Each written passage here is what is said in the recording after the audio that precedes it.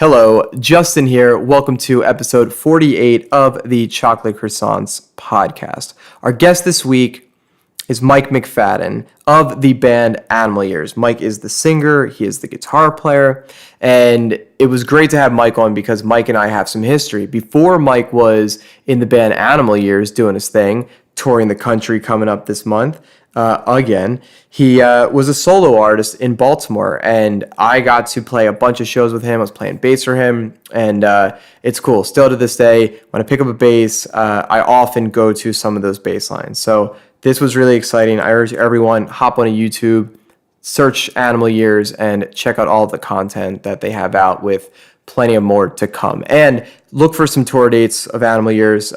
They're probably coming to a state near you if you're in the States, and I definitely would urge you to go check them out.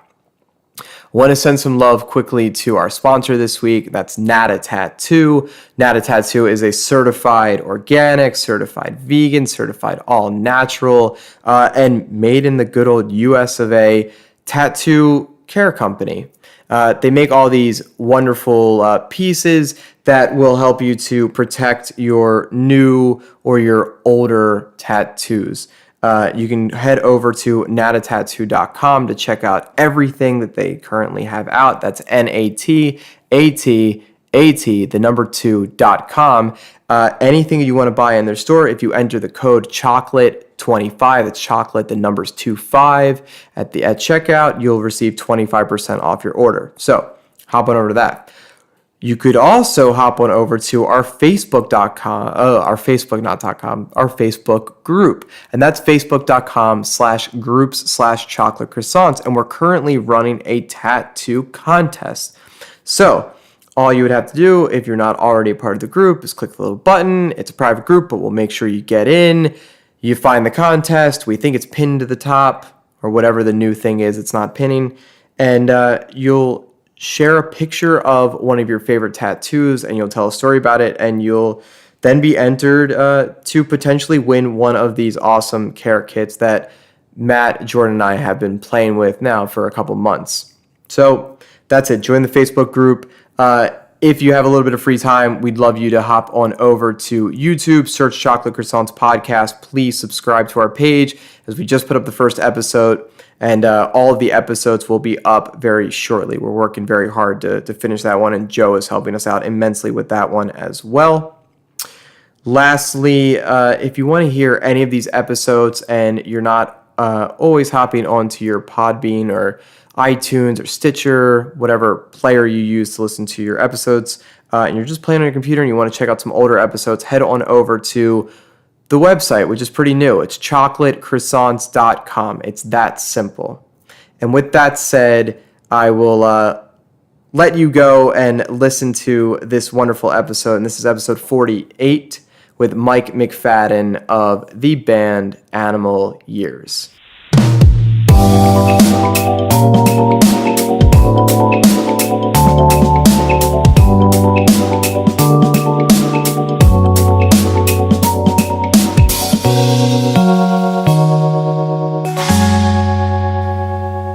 Have you ever heard of people that stutter, like have really bad stutters, but when they sing, it goes away?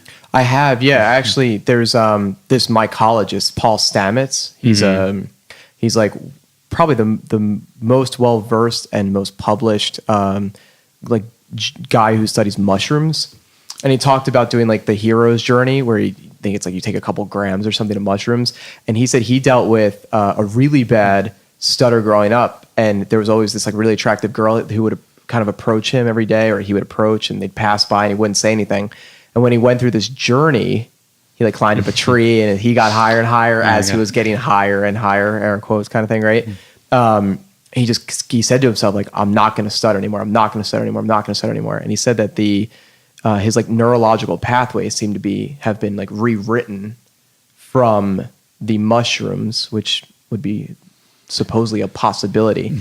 And so then the next day when he approached her, because he had this maybe confidence, or he just knew he wasn't going to, he just knew, and he didn't stutter. It was like, hey, how are you, Paul? And he was like, fine. It's amazing. Thanks. I just read something about them studying psilocybin, which is, I think, the active ingredient or chemical in mushrooms, that they're using to study how it affects the brain, and could possibly, if the laws agree, could use it to, positively affect people. That was like one of the biggest reasons why I wanted to apply for one of these dietetic internships at Hopkins, because the guy you're talking about, I think it's Roland Griffiths. Okay. He's doing, I think he did like 700 or 800 patients, one with psilocybin, and then I think the other was with MDMA. I know Tim Ferriss invests in some of that research at Hopkins. Oh, really? Yeah, he'll talk about it often. I wonder, I've heard someone like Tim Ferriss talk about how when they invest, and this kind of goes off like on it veers, but do you get their his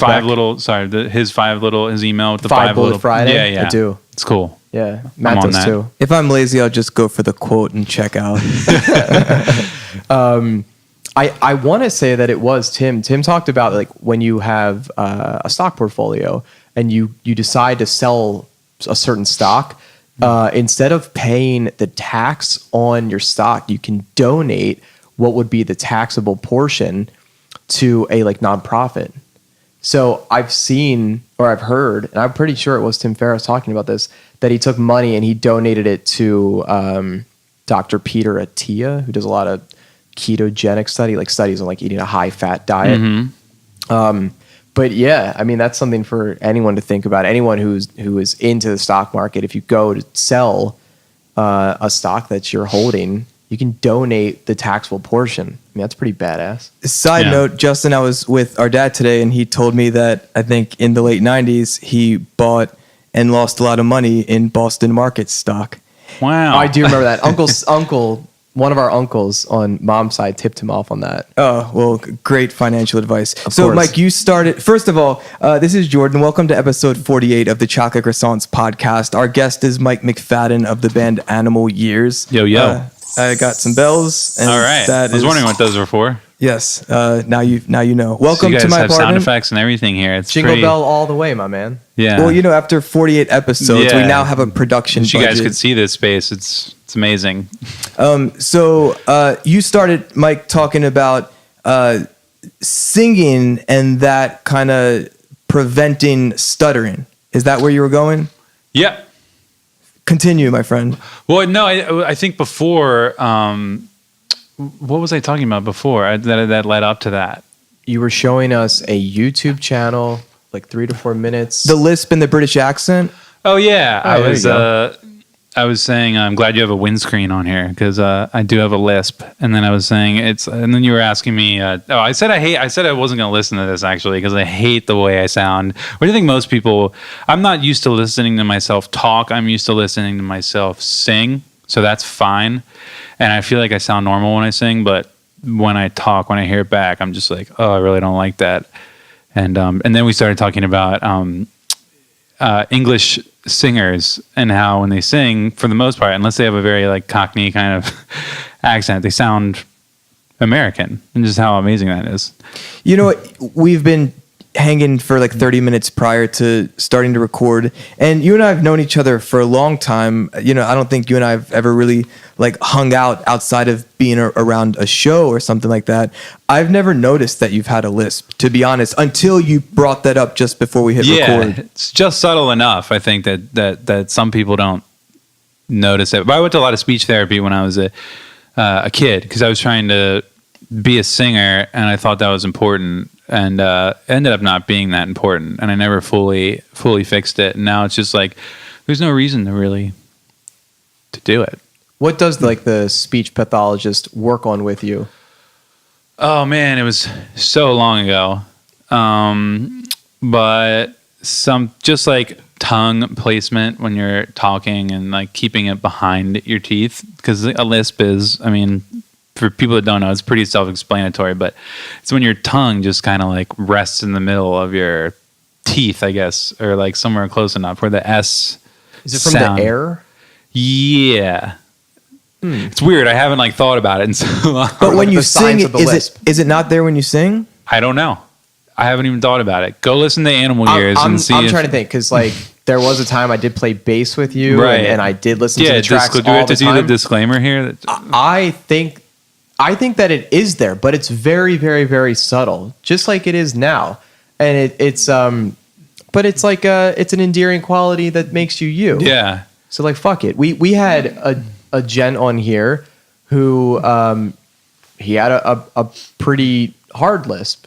Or more of like a speech impediment, Or maybe. a speech impediment, potentially. Yeah, of course. And we chatted for like 90 minutes, and it never once occurred to me to even like bring it up because like I noticed it, but it wasn't a thing to me. yeah, it just felt like it was him. You Yeah. know, I mean, that was the whole package. That's what you get with it. It Yeah. was just, it was what it was. It wasn't like it was, it wasn't good, bad. It was whatever. It was very indifferent. We just had a great conversation. It didn't matter. So you wanted to sing as a kid? Yeah. How old were you? I was about 6 or 7 years old and did the whole Star Search? church. No, I did the church thing. What does that mean? We're a bunch yeah. of Jews that run a podcast I that forgot. don't have any really religious affiliation. So I mean, we weren't terribly religious, but we would go to church on Sundays, and I just ended up getting, because I would do Sunday school, and so I got into the choir there, and it didn't really interest me at all, but I did learn how to sing, and then got out of that and started doing more of like performing, and went to like did summer stock and all that stuff, and then What's that? like summer camp where it's like all performing arts, theater, dance, music. So they went anything. with stock instead of Palooza to name. Yeah, I don't know why it's called that. It's for some reason, but you hear like actors talk about you'd be like, we did summer stock. Oh, I do remember that. Yeah. And I ended up just like focusing on music. I really wasn't like trying to be a triple threat or anything. I was like, music. I wasn't really interested in theater. And started, like around middle school, like picking up instruments, and then realizing I could sing, and then like, oh, I should play something along with this too. When So- did you feel like you found a band or a genre that resonated with you as a kid? Man, it was with our buddy Zach Merrick from All Time Low. I picked up bass, and we were in like a cover band together that did all like pop punk stuff. Did he not play bass? He was in a band. I don't know what happened. He was in a Maybe he band. played guitar? I think he left to go like be in a very successful band that wasn't successful then. But I think he like left to go play bass with All Time Low, and I like filled in bass on this like cover band in middle school, which I can't even remember the name of. But we were all into the same stuff, you know. But what was interesting for me growing up was when All Time Low and Jordan and I were in Boy Crazy and all those other bands were around, you weren't really a part of that scene. Yeah. It really didn't come. For me, I feel like I didn't really see you kind of step into that light until maybe when I was more in college than in high school. But even at that point in time, you were still off doing your own thing. Yeah, I wanted to do. I just didn't feel like I didn't have the confidence to like step in. I was more like from afar, going to the shows and playing on my own, and then learned how to play with the pop punk stuff, and then got into the singer songwriters like Ray LaMontagne and Martin Sexton and John Mayer and all that stuff, and then didn't really start doing performances until like my senior year of high school. I did like a record theater blowout. That's the venue in Towson, Maryland. That's now sadly a EDM nightclub, which is just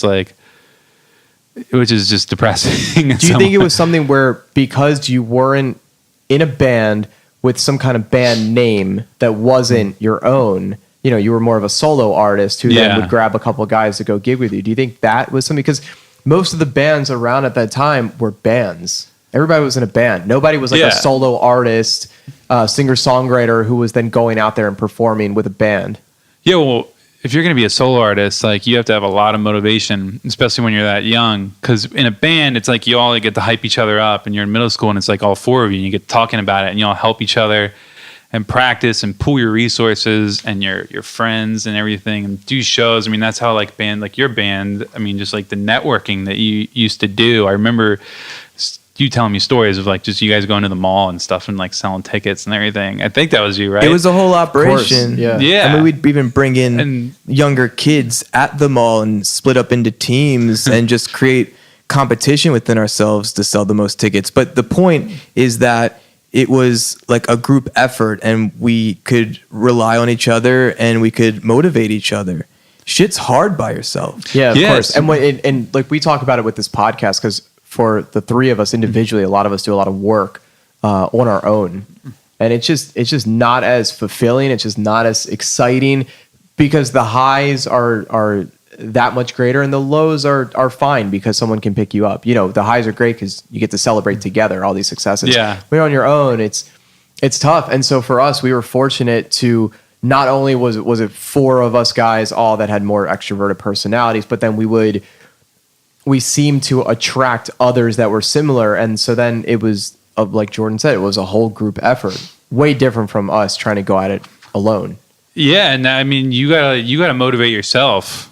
And so I think a lot of it was me like, you know, tinkering and playing and recording stuff by myself and people saying, you know, that's good. You should go do something with it. But it just took like a while for me to really think that it was like worth something. And then I had to like get a band together and a backing band and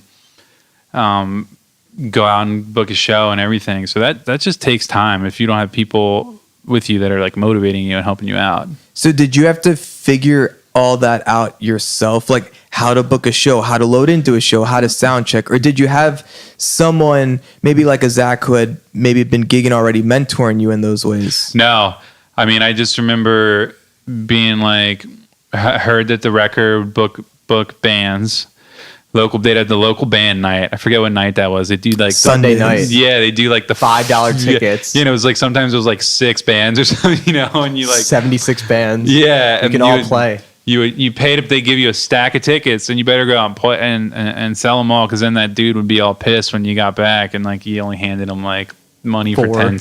Yeah, which sometimes towards the end I would at that place, but no, I mean I learned how to cold email, and then first time getting there, I was just like, where do I load in? Like, what do I do? I didn't know what monitors were. Like I don't know how I didn't know this, but I really just went in like very blind. And I just remember being like, oh, there's like a speaker in front of you that like just blares the music back at you. Like, that's interesting. Was it like this blissful ignorance though, where you didn't know and you just was like, whatever, you were just pumped anyway? Or did you feel like you were jumping off the deep end?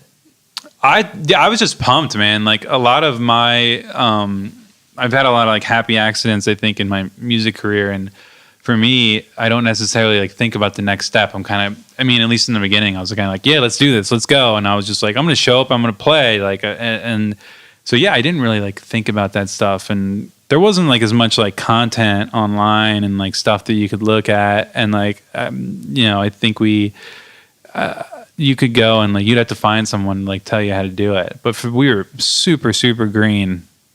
But that was all of us. And that was the point I was going to make that you just made of like, there wasn't YouTube video, a tutorial, you know, how to play I would go gig. to Barnes and Noble and there'd just be this like one book about like how to make it in the music business. That's and the book. I still have it. Book a tour and get how to be your own promotion. booking agent. Those are once I started getting serious, like those are the 2 books that you bought, and none of them are really that effective. They're all like, you know, they give you like people to contact and then you mail your stuff and then they throw it in the garbage. I mean, that's just not how you get a record deal anymore. Was that like where you went to the back of the book and it gave you like the whole outdated contacts? Yeah, of all the these person. Here's David Geffen's number. Right. Yeah, and you go to the intern who like opens it up, throws it in the garbage. Because I'll tell you a story. I was down in I have a publishing deal with Roundhill Music, which is based in New York, but they also have a house on Music Row in Nashville. For those listening that don't know, what is a publishing deal?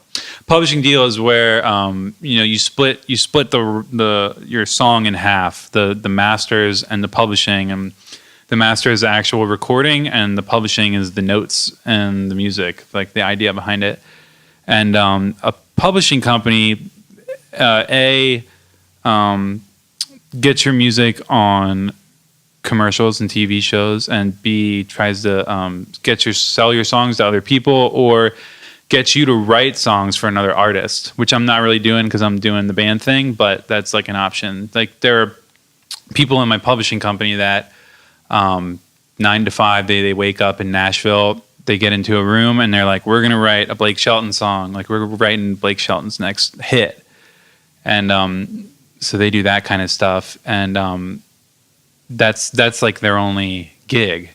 So for me, what they're doing right now is getting us songs in commercials and TV shows. We've been in that show Shameless. We've been in a bunch of commercials, a bunch of random like stuff. They just go out and sell your music, but they also own the rights. They own catalogs, so they have like a bunch of Beatles songs that they own. So we were down in Nashville at their music house on Music Row, which is where all the publishers are. Like Nashville is very much a songwriting community where people go, where Chris Stapleton got started and wrote 200 plus like hits.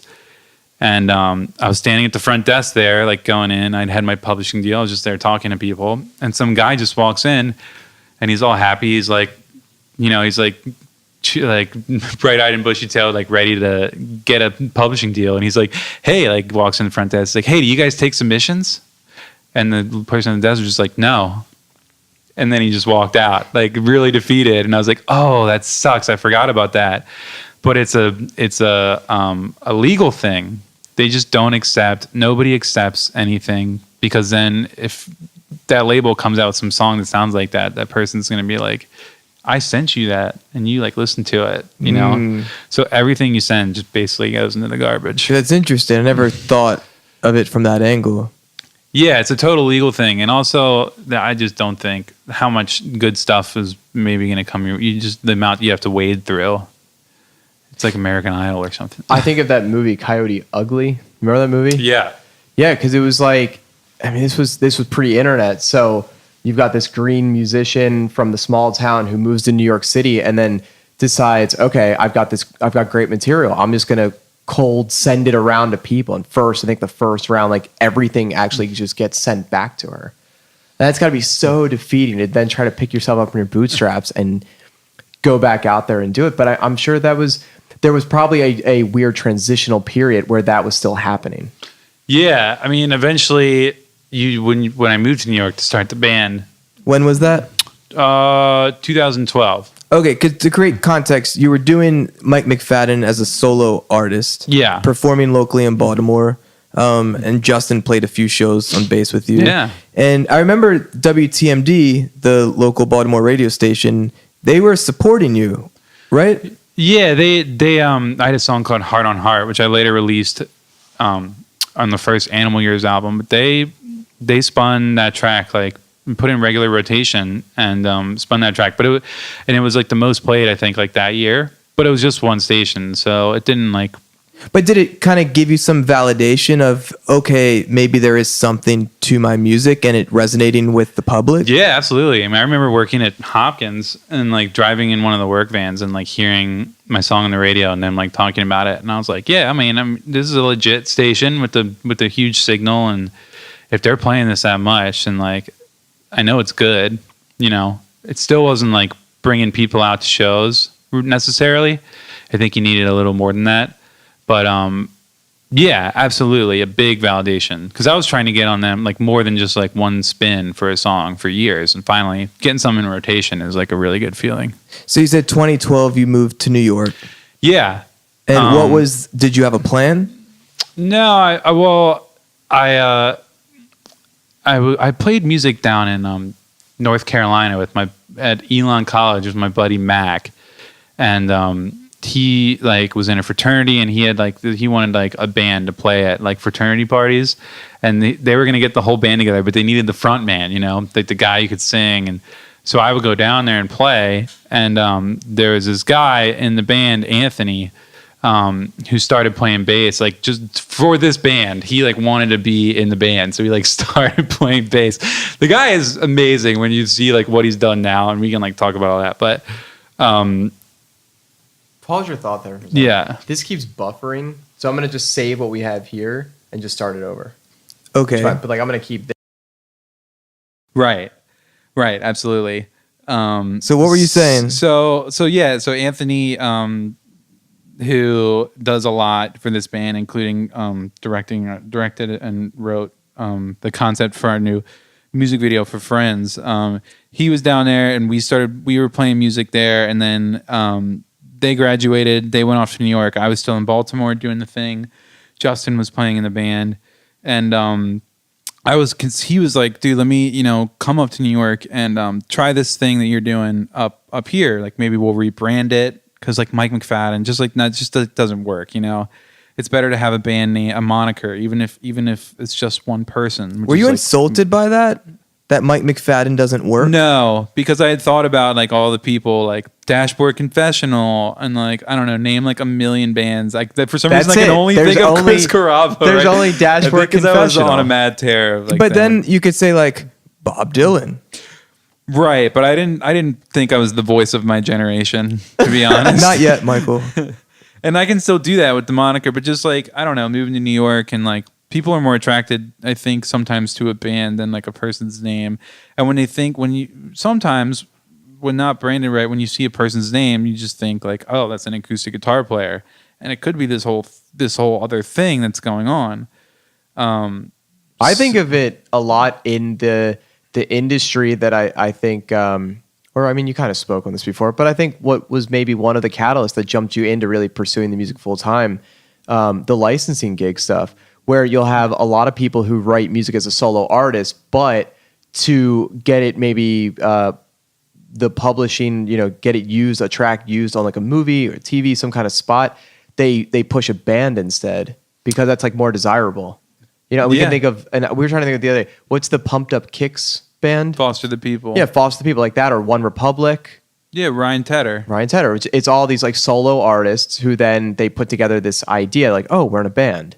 Yeah. And that does somehow better. But I mean, to Jordan's point, you might not be Bob Dylan, but it could have worked. Yeah. And subsequently these other guys, it could have maybe worked as solo artists, but I think the band thing was maybe cooler. Yeah. Played with Bob Dylan at a music festival this summer. Firefly? Yeah, Firefly. Not on the same stage, not on the same day, not at the same time. But he checked you out? But we were on the same bill. Well, that's I amazing. don't know if he checked me out. He was probably in the back. Could have been in there. I couldn't see through all the people, but So this happened this past year already? Yeah, last year. Okay, well, to tie it together, I guess your whatever the area provided to you as an artist was designed and catered by episode, 20, 30 something, Anna and Drew Cohen. I saw them there. Is that right? I saw Hannah. Yeah. I went to. How did I know her? It was either summer stock or something else, and I saw her there in the little artist area, which is so cool. And I was like, "Hey, I know you," and we started chatting. And she was like, "Yeah, I'm doing this whole thing." By the way, it was like super impressive, and like everything was like top notch, which is awesome. And this artist area is all like people are hanging out, like Davey, what's his name from AFI? Havoc. Davey Havoc. You know where I was going with that one. Yes, I do. Who? Davey Suicide. Davey Suicide. Is that what they also call him? No, that's like he was a local dude. Havoc in Hollywood. Oh yeah, Goldmine Squad. Oh, dude, the scene. I wish MySpace still existed, like an archive, and we could just go back and look at all that. Davey Suicide, lovely man. Davey Suicide is a great guy. He actually, unfortunately, he dated like a MySpace. He was kind of like a MySpace right model. His name is Davey Suicide. I mean, yeah. But he dated someone who then who was like, I remember being the most famous out of all the females on there who passed away. Who? It's so sad. Forbidden.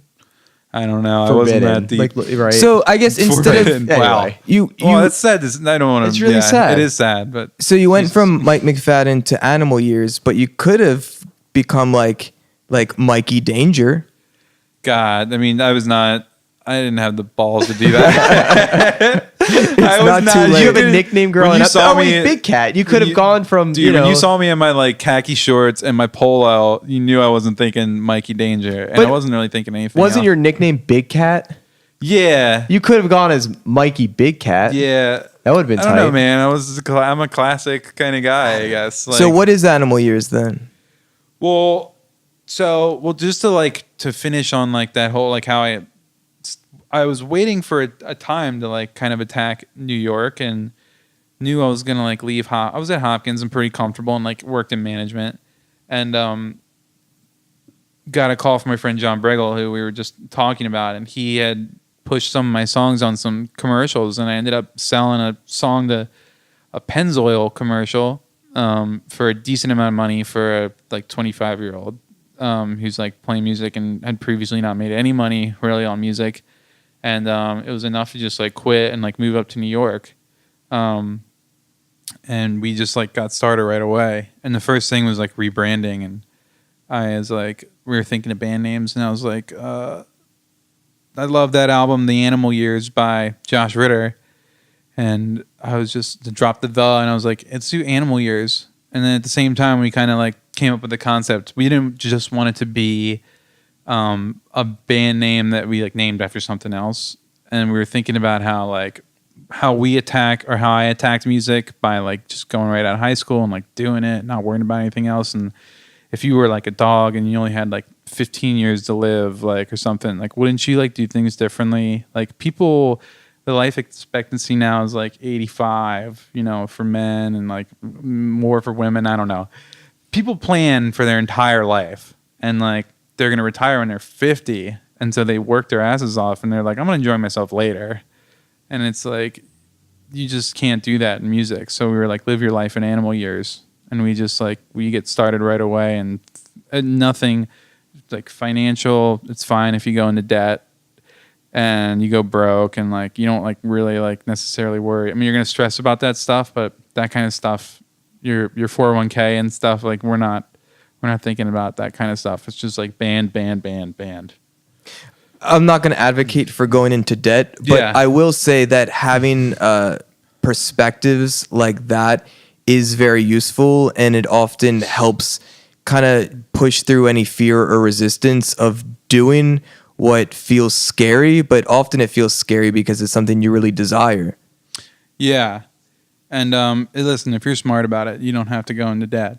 But there was no way I wasn't going into debt, moving into New York and starting a band. But yeah, it's super scary, like doing, especially going somewhere in Baltimore where you just feel kind of warm and cozy, because there's the 5 venues, and there's like not a ton of like, I mean, there are like a lot of really good bands, but they're all here and you know all of them. In New York, it's like just one venue, like Rockwood Music Hall in the Lower East Side has 3 stages, and there's like 6 bands on each of them playing every night, and everyone that's playing there is top notch. So it's 2012. You and some guys move. What part of New York? Bushwick. Okay, Brooklyn. so you moved to Bushwick, and clearly, you know, the music industry is very different than it was even in 2012. Brooklyn's very different than it was in 2012. Mm-hmm. But when you guys found a place and settled in, whatever that meant, what was step one? Step one was like, I mean, I had our first album basically recorded already. So it was like branding, photos, trying to get a look together, you know, something that just turns, when I look at a band, I'm sorry, but it's got to look like you guys at least talked about it, like beforehand, like what you're all going to wear. I was always about that. I'm very much about that, because you were about that, and I wasn't. And then yeah, like, I think I was when we did play together, because to me it's like I want the whole package when I watch a band. Yeah, and I think people started to realize, especially like the 2012 year. I mean, that was like people didn't have a ton of disposable funds to spend on entertainment. Yeah. So if you're gonna go out and spend your money on something, like fucking give me something. Yeah. And I want it to hit me everywhere. And to me, like, I want the band to look like they're cohesive, like they hang out and they like each other. Yeah. So like they vibe off one another. Like, oh, you're wearing a black shirt, me too, man, because like I get you. Yeah, not like one guy like wore flip flops, you know, and like one guy wore a baseball jersey. I always say like the one guy's wearing a suit. Oh yeah, And the other she guys just are got like, off of whatever, work. right? Yeah. But Or like, they just thought they were supposed to wear a suit on stage. Do you want to? Yeah, like they're like the big bad voodoo daddies or whatever. yeah, Whatever zoot suits, yeah. But like, I want you to look like you belong there. And there is a lot in like presentation of a band. A band that just looks like they're supposed to be there is going to be more effective, even if they're not the greatest band you've ever seen. If they look and perform like they're supposed to be there, they're going to have way more of an effect on you. You're going to be like, wow, that's a professional band. Like, I bet you those guys do that full time, or There's a confidence that comes with it, I think, too. Yeah, absolutely. If you look at like a band like the Kings of Leon now, like they're so like styled and everything to the point where it's like kind of a little weird, but That's such like an outlier, because then it's like you look and it's like, oh, they're styled by GQ or something. It's like, the singer's Right. wearing a Gucci suit, and they're talking about it now. Like, to me, because I remember when Jordan and I played in a band, our singer was completely obsessed with the early days of Kings of Leon, like where the lyrics were really inaudible, and it was a lot more gritty. it was about like she's only 17. It was, and you're like, what are you talking about, dude? it's a little weird, right? I mean, but I remember he had such an affinity towards that. For me, I was like, this is just like just dirty guys playing some dirty music. Yeah, Like, that's okay too. By the way, if we're talking about sartorial choices, Justin should post a picture of his shoes that he's wearing, just so you guys can get a feel for them, because they're pretty stylish. Thank you. Pretty amazing. I'll post a picture. Cool. So you're in Bushwick. You have a picture. You have some music. Like, do you target like this is a venue that works, or but even a venue, like there's probably all kinds of different communities that inhabit that venue. So for me, my thought would be, let's find some sort of music community that resonates with what we're doing. Yeah, I mean, first you go to the places that are gonna book bands based on like you telling them you could bring people out. You have a community, because we have no booking history at all in New York. So it was like the Lower East Side on like Ludlow Street, I think it is. There's like 10 venues right there, and it's like pianos and like the Red Lion and Arlene's Grocery. Arlene's Grocery. Arlene's Grocery, by the way, is like one of the best sounding venues, like Dude, small venues. Justin and I, we played there to like a manager and his girlfriend. It's awesome.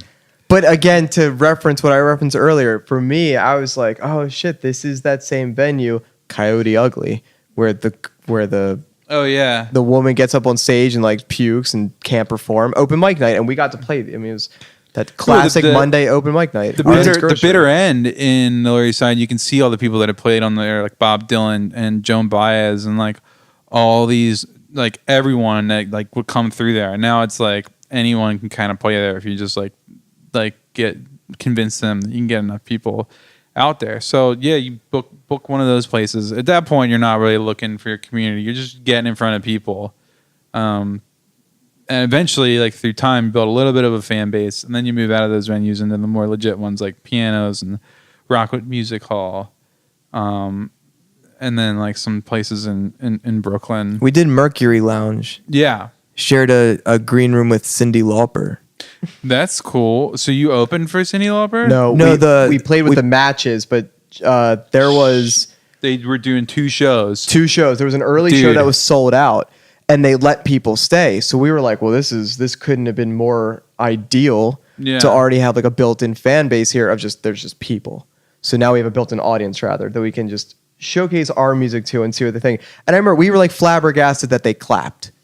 We just had all these preconceived notions of a New York crowd that we were Well, like they've so seen it wrong. all and they're not impressed by any of it because that's all that they're around. Yeah, but half of them probably just like moved to New York. But also the thing about Bitter End, we sold out, or not Bitter End, Mercury Lounge. We sold that out last year, and it was the late show, and like they have to kick everyone in that venue out immediately after the first show.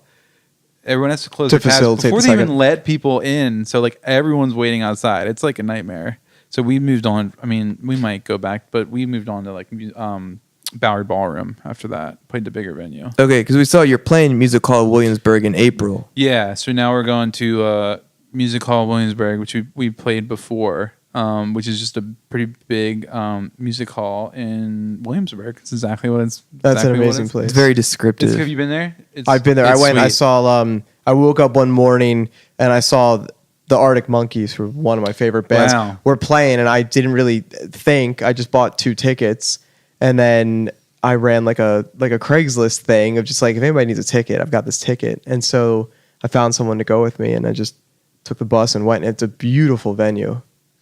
Yeah, it's super cool with the little like thing. The balconies and Yeah, and they have like a classic like movie theater like marquee kind of thing on the outside, so it's super cool. So how often, because you said, you start building some sort of a fan base or following, how often were you playing? Every couple weeks, I think when you're starting out, you just go to hop around to all the different venues. There are venues with built-in crowds like Rockwood Music Hall and pianos. They have like these free music nights where like on like a Tuesday or Wednesday, like they're just gonna have bands like cycle in, and they're not really worried about you bringing people. People are just gonna be there to watch free music, which is awesome. And like that is not the case in most cities. So that's how we got in front of a lot of people. And then they like pass around the tip bucket, and you get whatever they tipped. And that was kind of like how we got exposed to like more of those people. But yeah, so you could get in there like maybe every couple of weeks, especially if you wanted to play like really late. And at this point, you had a record, you said? You said that record was already written? We had the record Sun Will Rise, our first record. I think we had like put it out on our own, and then played, I think, the Bowery Electric, which we played before. And that's what I felt like. That was before you moved there. We went up there and you played with the cover band that you're talking about with Anthony. This is way after. This is like a year or two after. I can't even remember. So that place was packed. Yeah. Why was that place so packed? That place was for like 2 dudes that went to a school somewhere else, right? Because and then they moved up to New York, and then you went up there to play. We did the Mike McFadden solo material, but then you did the cover stuff with that band. Why was that venue sold out for those guys? Like what? Because everyone in the band but me has a lot of friends, and my bass player is a huge friend network and from school and everything. So when we first moved up there, like that, playing those venues, and then if we wanted to do like a more like headlining kind of thing, like just like calling and texting like every one of your friends, tell them to come out, tell them it's going to be a party, everyone's going to be there. And so you play to the most talkative crowds ever, which is annoying, but it's like, well, they're not just there to listen to music, they're there to socialize. And then the next day when their friends are saying, what'd you do last night? They'll say, I went to see Animal Years or whoever. Yeah, and it's still like a fun night, and they're still rocking out, and they weren't really familiar with the music then, so you throw in a Tom Petty cover so that all the bros could jump. Yeah, and be like, oh my God, I know this, I can relate to this one song. I've never done covers. Like Justin and I, we had never done covers in our bands until this band that I'm in now, Reindeer. And it's weird. Wait, you're in that band? I've been in the band for a year and a half. Oh, I didn't know that. I hear them on WTMD. Yeah, man. You guys are good. Thanks. Yeah, it's I didn't know that was you. Yeah, I've been doing that for a bit now. Wow. And so I still don't love doing the covers, but it can be effective because it definitely captures attention.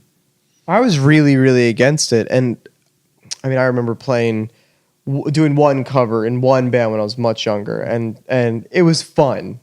That was about it. But I was very, very against it. But then when I played with Mike, we did 3 covers. I think we did Billie Jean, we did American Girl maybe, and we did Come On. Phantom Planet. Let's do the Panic, which was fantastic because it was an amazing bass line from a band that wasn't really on my radar. Yeah. But that bass player now plays with Maroon 5. Sam Farrar. Yeah, Sam Farrar. Yeah. So I mean, but that was it was actually thoroughly enjoyable. But I didn't have as much investment in the project because it wasn't really. I didn't feel like it was a reflection on me. I didn't feel like I was playing covers. I was just doing what you wanted to do, and I was cool with it because the material was great. Right. And I think we just like split everything. I was like, how much should we make? All right, you $8, take this. $2 for you, $2 for you. Dude, yeah. So Mike, I'm curious. So you've been in New York for a bit at this time. You're starting to get settled. You're gigging. People are coming to some of these shows. what did you have any balance or focus on your life outside of the band and your mission as now a resident of New York City? When I first started, no, it was pretty reckless. I mean, like reckless, just like there wasn't really like a regard for anything else. I don't think I like was necessarily like interested in like dating or anything. I just remember being like band. Did you have your work. own like routine, like where you'd go do things by yourself or have like friends outside of the music thing? I lived with all my best friends. We like moved up together, so that was great. And then I like made a little studio because we had these lofts in Bushwick that are huge, and we didn't have a practice space really at first. So I plugged everything into my like DigiDesign like rack that I had, and I got all the headphone preamps, and like we did like silent and the Roland drum kit, and we did practice that way. So it was really just like, yeah, the friends were there at the place, and then the band would come over and we play music and we drink and like do whatever, and then go out and play gigs or rehearse more, and that was it. Did you have a van, like how, or was it all just house gear you'd rely on for drums and things like that? In New York, there's always a house kit everywhere. You're never gonna, unless you're like playing Terminal 5, you're never gonna like bring your full kit in, you know? But to be honest, I did for all those New York shows. Really? You did, but there was always gear there. There was always a house bass rig. There was usually a guitar, like a half stack. There's always an tubs. amp There's and always cabinet. like shells. And, Always something there. And usually a bass rig, and usually like Rockwood Music Hall, for example. Like you cannot bring your like kit in. You're gonna use their kit. You're gonna use your cymbals and snare. You're gonna use their bass rig, and then they have like a Fender Hot Rod Deluxe amp that you should probably use because switchover is like so quick. Right. And there's no room backstage for any of your shit. Like there are venues in New York where you pull up outside of that place and someone comes out and goes, the band's done, and then you unload the truck and run your shit in, and like that's it. So it's a little more difficult. When did you feel like you Like took that I'm sorry, Yeah. that bass cab that you sold me, I can't get rid of that thing now. Which Why one did I was ever buy that from you? The I don't even know Ampeg 8x10. Oh, you convinced me Lord. that I needed that. No. You told me you were recording bass. You couldn't sell that thing. You couldn't give that thing away in New York City. I don't think like I have friends who are currently deciding to like move somewhere else, and they have like a big old school rig, like the big powerful Ampeg rigs, and they can't sell them anymore because I think most people are wising up to like, I can't transport this, and I need 8 guys to help me lug it. And like, we don't have van and trailers these days. We have like a hatchback car. I can't get this to the venue. Yeah, you gave me your slick little pitch. No. You hit me up and you said, I'm recording bass and we need to like dub it through something. Do you have a cabinet? I was like, I'm selling. And I probably had 20 of those. You did. You had a lot. At not always at the same time, but there was a point where I would have like 3 of those at the same time because I was out of my mind. Yeah. But you were like, I need it one. I was like, well, this is a good one. And you then used it. You put it to use. No, I use it a lot. Exactly, right? It's Yeah, don't be hilarious busting my because balls over here. hilarious because recently I had to bring it back from New York back to Baltimore because there's no way to Like, put what it. a headache. And it was a nightmare. It's massive So anyway, and huge. Yeah. So if anyone wants one, and obviously that stuff. Yeah. If selling anyone it. wants an 8x10, Yeah. Mike is selling one. But yeah, of course that makes sense. There are even venues here that are wonderful enough, like the Auto Bar, which we've spoken about, which is 2 blocks over from where Jordan resides. They have a house 8x10 because no one needs to lug one in there. And there's another venue not too far from here. The 8x10. The 8x10. Speaking of 8x10s, Yeah. right? The Funk Box 8x10, and they have a house bass rig, and I think they have a house drummer. And to me, that's like thank you for all those years that we would spend. Especially, could you imagine if you resided in New York and your mode of transportation was like, oh, taking an I'm hopping 8x10 on the Metro. subway? Yeah, and you see, well, you always imagine that? you have the most sympathy for the upright bass players that are lugging the Of course. 3/4, uprights. bass through the subway because there is no way around that. No. And like that's the hardest thing you can do. But you see these guys in New York. Like for example, one of the guys that played, we have a lot of different guys that rotate on guitar for us. And one of my guys has a 2 guitar gig bag that like fits 2 guitars and all your pedals, it all straps into this one big thing, and then like wheel around like a little Blues Junior like combo, and that's what so you can subway to all these That's places. how You got to bring it on the subway because you're not going to be like paying for Ubers or cabs or whatever. You're going to be going on the subway. When we came to that first Bowery show with you, Yeah. the drummer and I we caught a bus and we came up and we walked through the city, and it was fortunate, like that was a very new thing. And then that someone came up with those backpacks that I think it was a mono gig bag. Yeah, it was right, like Reunion Blues and Mono came out. And it was like you could throw those off buildings and they would be protected. So I had an expensive base and all of my stuff, but I could just backpack it. Yeah, you got to backpack everything. That's like I don't think there is another option.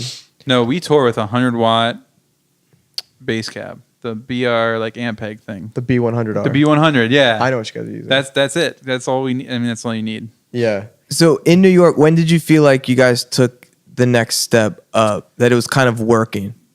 We got noticed. I mean, we started building like a fan base. Our album, people started listening and streaming and buying it a little bit. And then we signed a distribution deal with The Orchard, which is just like a massive worldwide like distribution company that really for us is like to most people use TuneCore, which is, they take 30% or whatever, or you pay them and then iTunes takes money. I can't remember how it works at this point, but The Orchard is just like a company that I actually like personally do it for you, and they distribute huge albums, but they also do other bands that are up and coming, and they'll do more for you, like get placement, front page placement on like iTunes and stuff when your album comes out.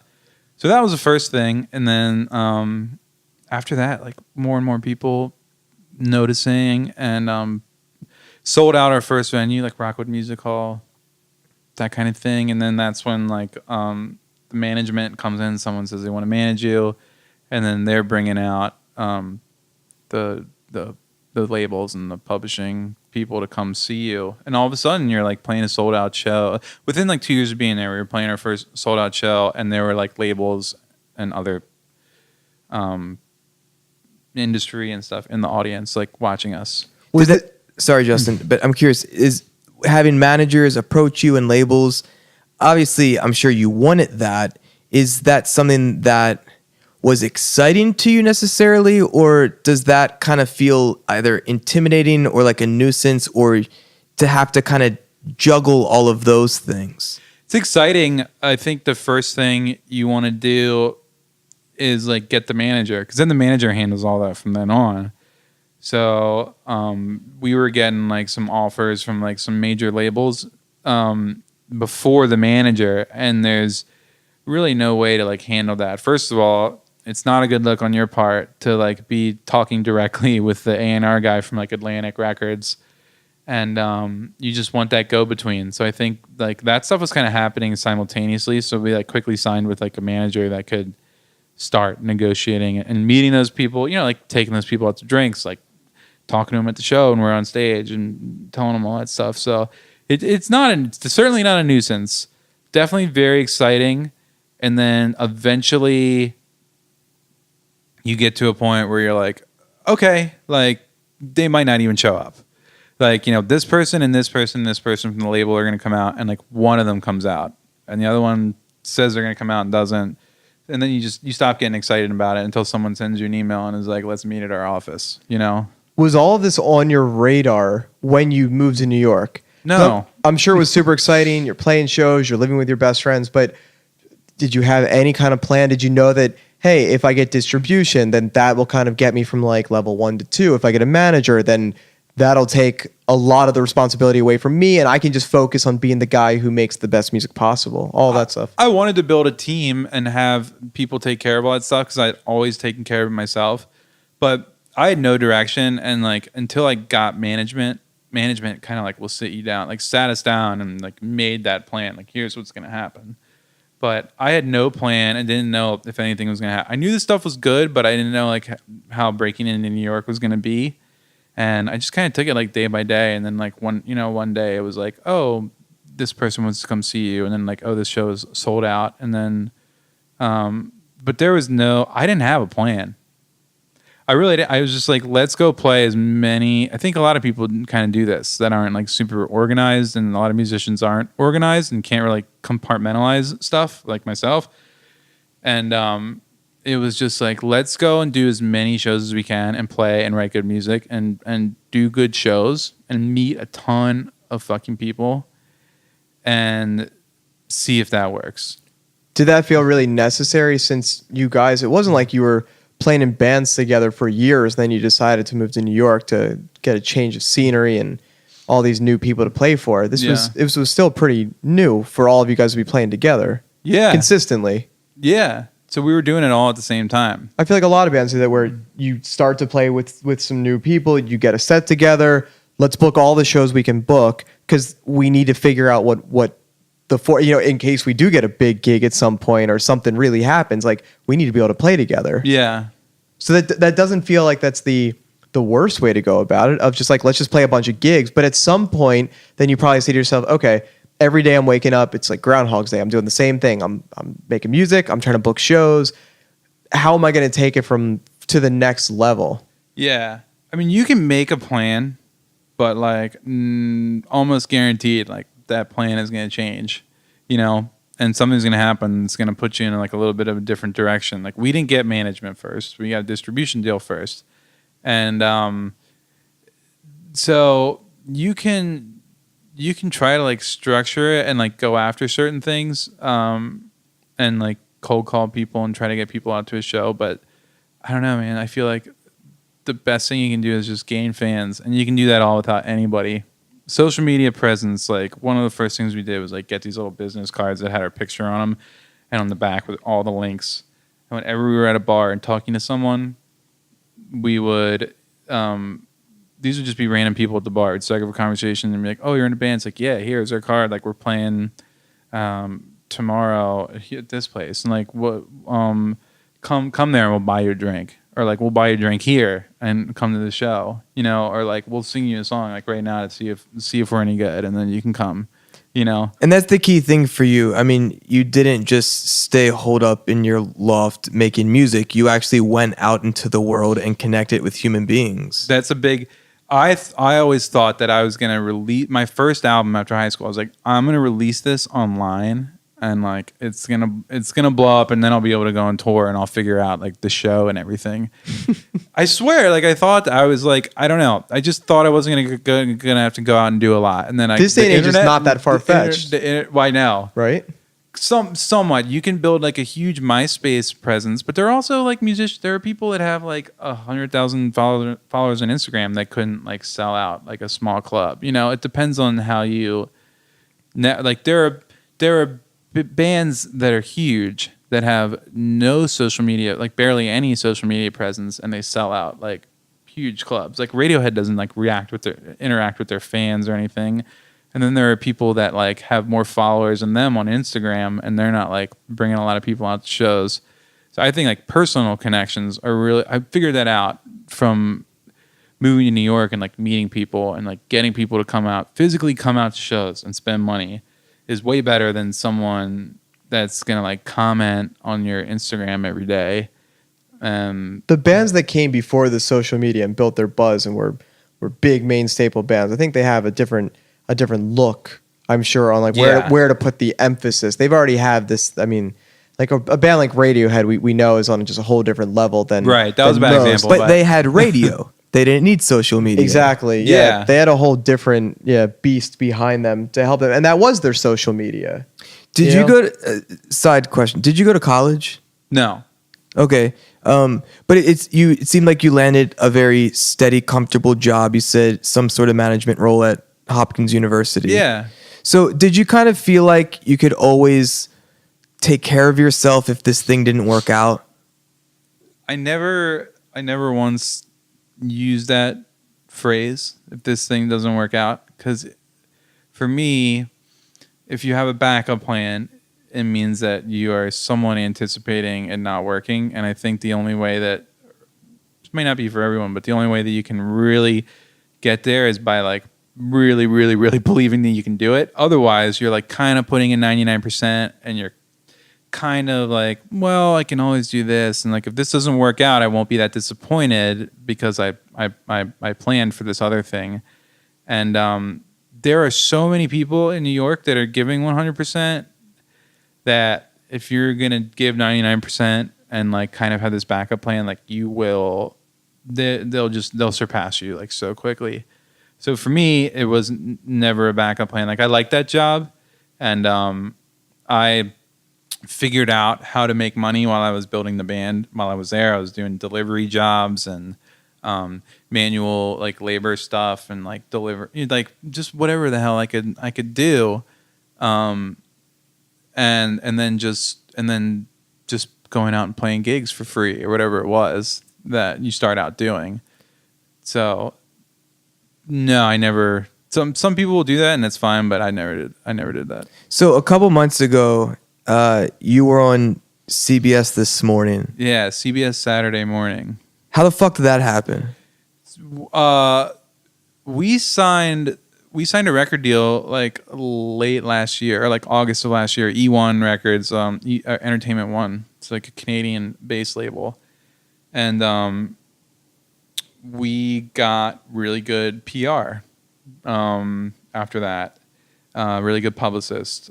Big hassle, and they just with the album was doing really well, and we started getting great press. I mean, first it was Billboard magazine like premiered our music video. Then December, Rolling Stone named us like top 10 country artists to watch in December.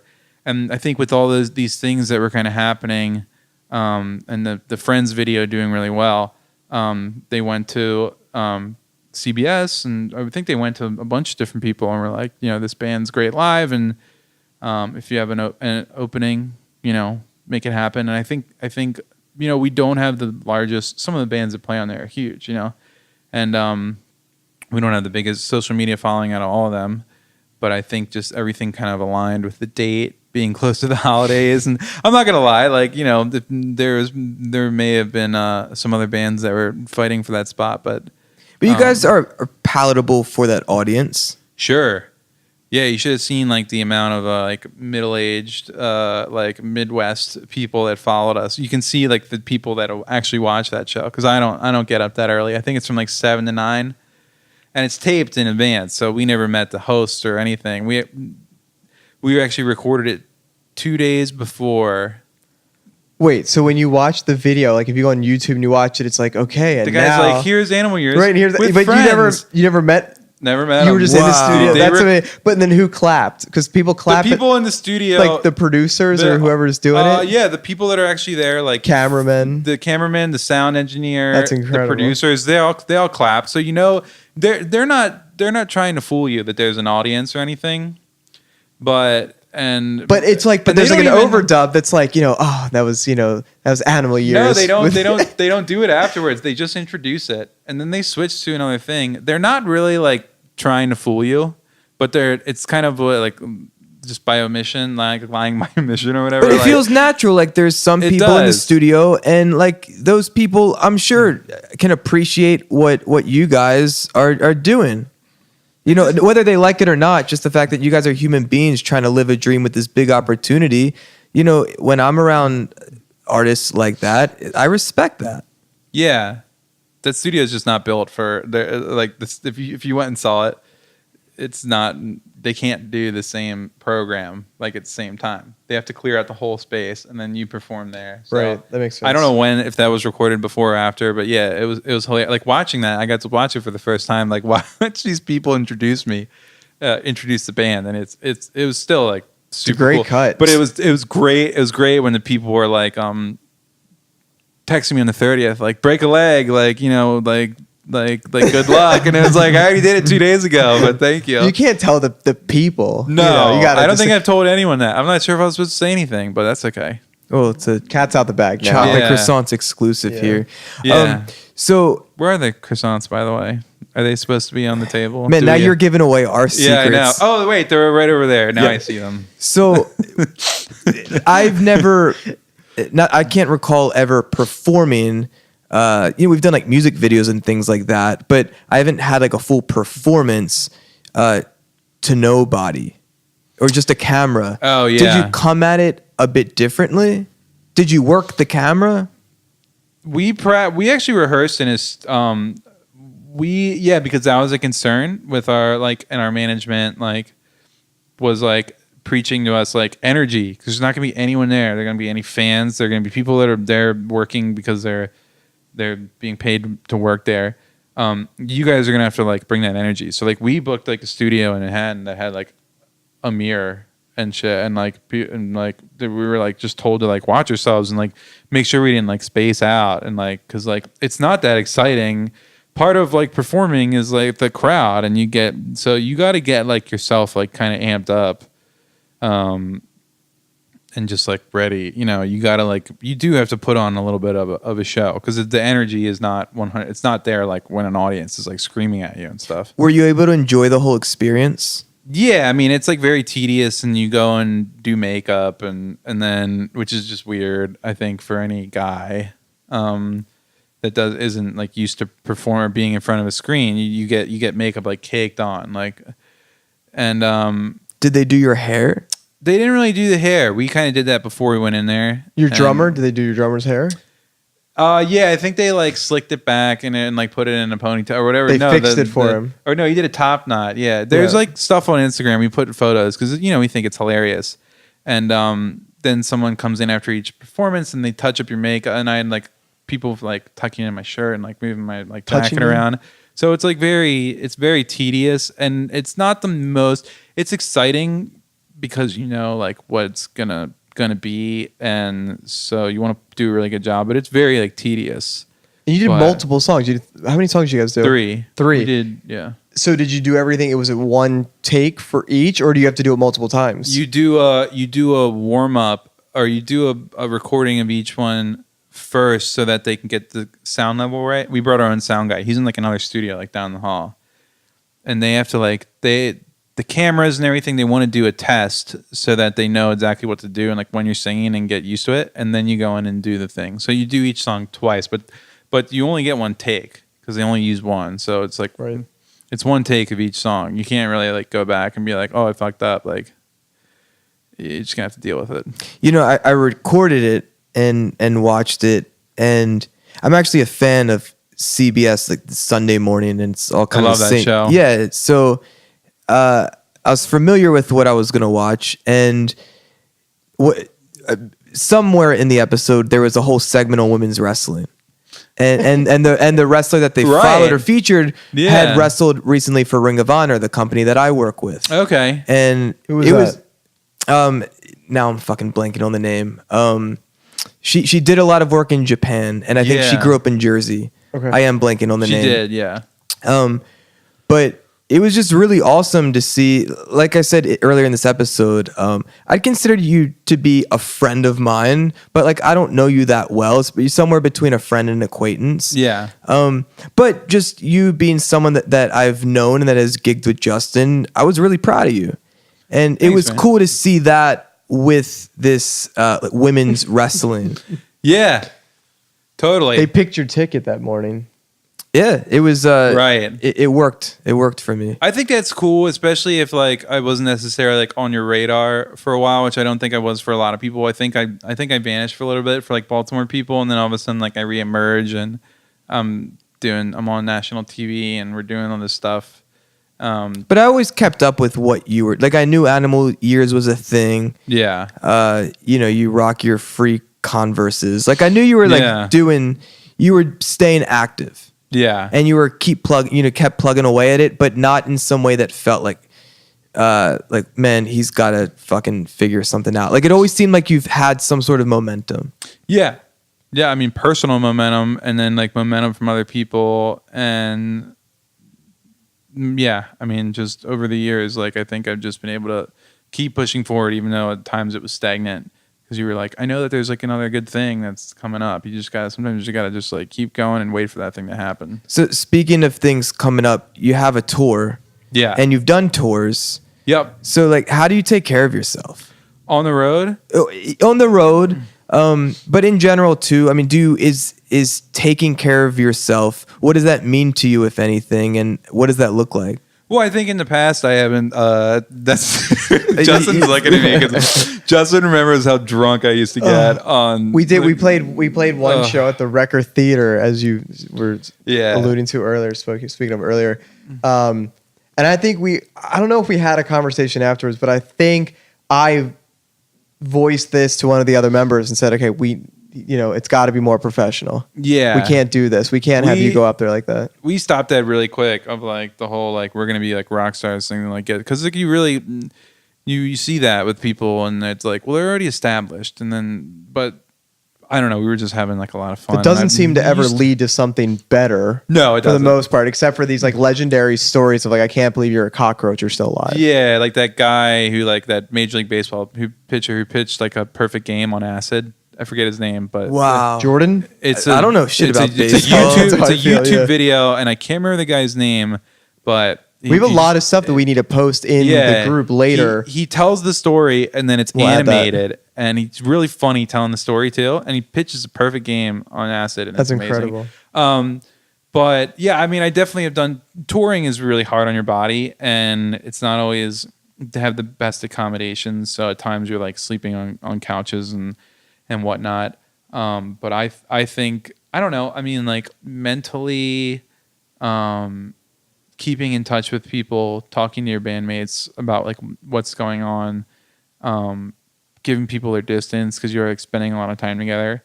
You guys did talk about on the audio tree, right? You guys did talk about camping together. We used to do that.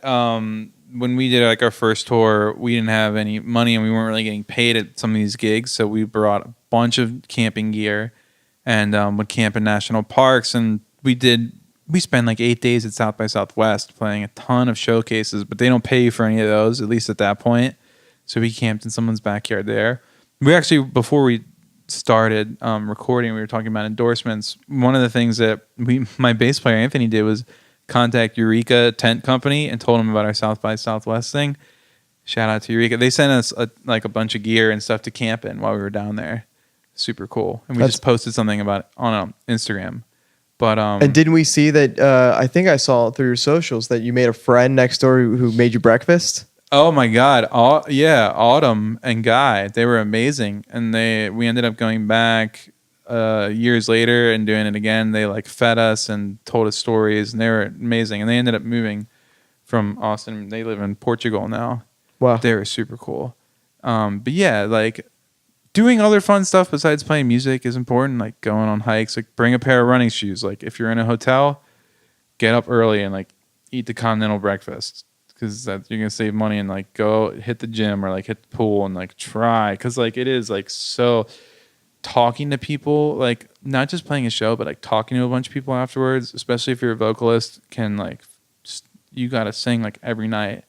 But do you feel a pressure to connect with these people that are supporting you? Yeah.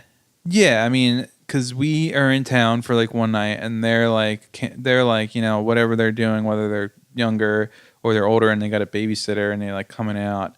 I don't think we're not playing like theaters we can just like walk off stage and no one expects to meet the band, you know. I think people kind of I think that there are nights where I'm just like I can't do it because I gotta get up and do this tomorrow, and it's strictly a vocal thing.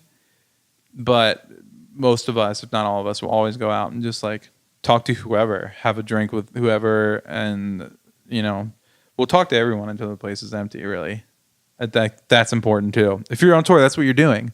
That's the reason you're there. It's the same thing you're saying in New York. It's just meeting people, connecting with people. That's the whole reason you're there. I mean, go out and I know it's tough if you're antisocial. That's why there's a bar there. I mean, to be honest, like I know that's not the best thing for everyone, but talking to as many people as you can and like networking yourself in like a subtle way. If it's like getting someone's number and like, you know, saying like we should grab a drink sometime, like. But you know what? I'll even say so we just don't like put it out there of just drink alcohol. I know. If you're but my point is that so Justin is a highly social creature. Yeah. It seems very easy and natural for Justin to talk to anyone. without context being provided. I know for me, it's often easier to start a conversation if there is some context. So you're at the same show, you can talk about the band more so than you just meet someone like at a supermarket. Right. But I've learned a lot by watching Justin's behaviors. So I feel like someone listening who is in a band or has some creative endeavor that they're trying to push, and you may realize that networking in the real world is a very proactive way to realize your dreams. Maybe find some people who are models and kind of be that wing guy or girl, and just learn. Because we're all different and we can accept ourselves as we are. And, we may have this type of personality or be introverted or extroverted. And I kind of call bullshit on the idea that you can't gain skills. Yeah, I always used to call it... Wait, did I say that? No. I'm just making a point. I'm just making a point in the sense absolutely. that you seem to be a highly social person too, Mike. But trust me, there are people listening to this right now who would be terrified of the thought of going out wherever and having cards on them and striking up conversation and inviting them to a show. Like that can be terrifying for people. But maybe there is someone in this person's life who has someone that's a bit more social, and like to go out and actually study behavior in that way, like that may not seem to be an option, but like we choose where we place our attention. And if you want to develop any skill, like place your attention there. Yeah, I always used to say when people would ask me about that, how do you do that? Well, to me, it always just came natural. And I always try to stay very, very, very well-rounded with a lot of subjects so that I could always oblige and say, oh, what are you into? Like, what gets you going? What makes you tick? And I was happy to just talk about that. I didn't care about, I didn't want to talk about myself. I wanted to talk about what they wanted to talk about. But even just to break that barrier and start that, I always used to have this like saying in my head of like, you remove you. And it's like, if you get out of your own way and you stop faulting yourself for all of these things, oh, I'm introverted, I'm shy, I'm bashful, I don't want to, I'm nervous, I'm apprehensive, I can't do this, all these other things. I'm like, just remove yourself out of the equation and you push yourself to just go and do it. And then it makes sense. And what I loved about hearing about, Mike, your story about being in New York or being on the road and doing all this other stuff, it's the stuff that I think maybe you missed in Baltimore that like Jordan and I cut our teeth on, of just 4 nights a week, 5 nights a week, whatever it was. We lived at shows. It's all you did. It's all you did all week long was go to shows. We're just saying hi to strangers, just like, and showing face. And then because I know that they're like, I think that's crazy too. When you were like telling me about that stuff, like I was like, I'm not ever gonna do that. Like that's insane how it. And like I learned from like someone like you, and then like now it's like this social. Like when I was in Animal Years, like it was my bass player who had like all the friends and stuff. So like, yes, that is like a way to do it. But you guys are like, that's on the far end of it, and it's great. But like, yeah, don't be. If you latch on to someone that's like that, you can start to learn. For me, yeah, I mean, and I guess that was my original point, that having Justin as a sort of lead guy in those social situations has been helpful for me to more comfortably connect with others. But then also I've kind of picked up some of the traits that Justin, deploys and have done it in my own way that feels comfortable to me. Or I'll purposefully put myself into situations where I feel uncomfortable, trusting that maybe growth is possible from that. Yeah, I mean, like surround yourself with people that have different opinions and different outlooks on things. I mean, like just having a team, like a management team now, and like me doing one thing. Let's say it's like a photograph that we took, and then having 6 different people go, well, this, and this. And it's like, wow, if I didn't even surround myself with these people, I would just only have my own. I'd be like, this looks good. And in reality, like you really want to just get everyone's opinion on it and get other people's general like feelings of things like out there, like how they feel about like, someone just like, this comes across this way, I don't think you should do that. And all of a sudden you're like, oh man, like, well, if I didn't even like include this person in the conversation, I wouldn't even have thought of that. bringing them in their walk of life. We talk a lot about self-awareness, and by just understanding other people's perceptions of you, I think can help you give a bit more accurate kind of picture of at least how you're being perceived, and maybe help you see yourself a little bit more clearly. Yeah. Speaking of how people see you, I guess people see you as some sort of legitimate country artist. Yeah. Is that weird? Well, I don't. Was that intentional? No, it wasn't. But like the sound, it walks that line. I mean, like our record. I don't really listen to like a lot of country music, more like singer-songwriter stuff. But our record was produced by Ryan Hadlock, who did the Lumineers and Vance Joy, which is more like Americana. It's more like the Mumford and Sons side of things.